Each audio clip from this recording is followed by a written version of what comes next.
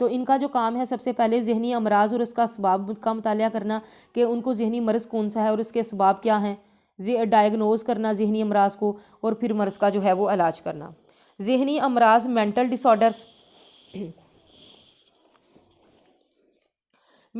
Orders ہیں۔ معالجاتی ماہر نفسیات ذہنی امراض کی اقسام اور اسباب کا مطالعہ کرتے ہیں۔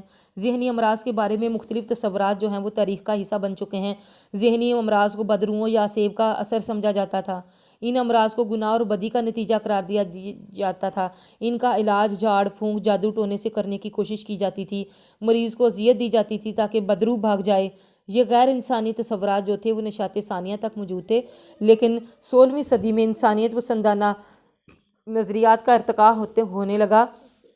رفتہ رفتہ امراض کے علاج کے لیے شفا خانے اور پھر ہاسپٹل بھی جو ہیں وہ قائم ہوتے چلے گئے اور بنتے چلے گئے۔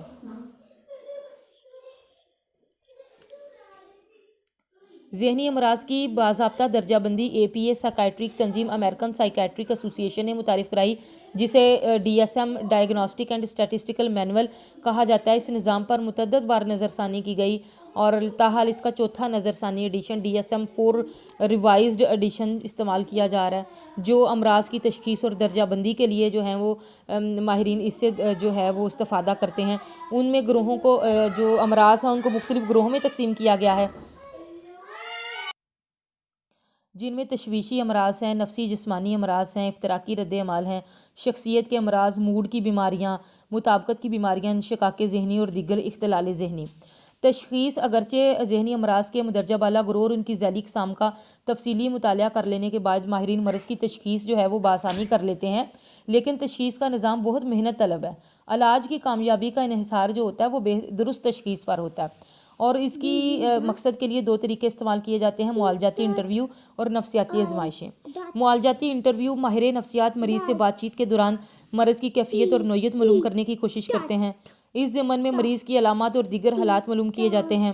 مریض کے بیان کردہ حقائق کی تصدیق جو ہے کہ کیا وہ صحیح بتا رہا ہے اس کے گھر والوں سے، دوست احباب سے کی جاتی ہے، اور اس کے علاوہ ماہر معالجاتی نفسیات دیگر ذرائع سے بھی معلومات اکٹھی کرتا رہتا ہے تاکہ صحیح جو ہے وہ اس کے بارے میں ڈائگنوز کر سکے۔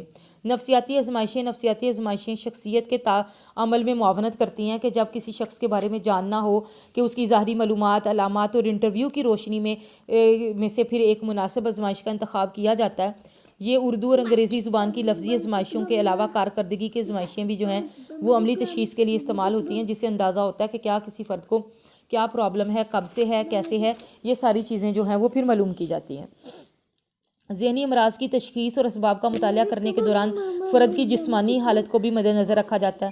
اگر جسمانی طور پر بھی فرد کو کوئی مرض ہے تو پھر طبی معالجے سے معائنہ کرایا جاتا ہے اور ضرورت پڑنے پر طبی علاج بھی کیا جاتا ہے۔ دیکھیں اس میں 2 لوگ اب رول پلے کرتے ہیں، ایک ہوتے ہیں سائیکیٹرسٹ اور ایک ہوتے ہیں سائیکولوجسٹ۔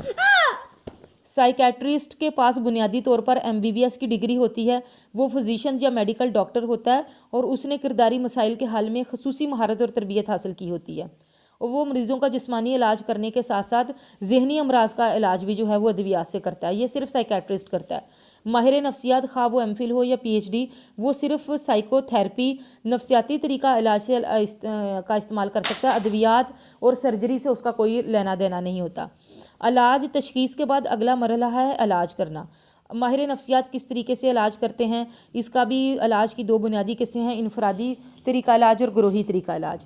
انفرادی طریقہ علاج جب ایک مریض کا ایک وقت میں علاج کیا جا رہا ہو تو اسے انفرادی، اور جب ایک سے زائد افراد کا بیک وقت علاج کیا جا رہا ہو تو اسے گروہی طریقہ علاج کہتے ہیں۔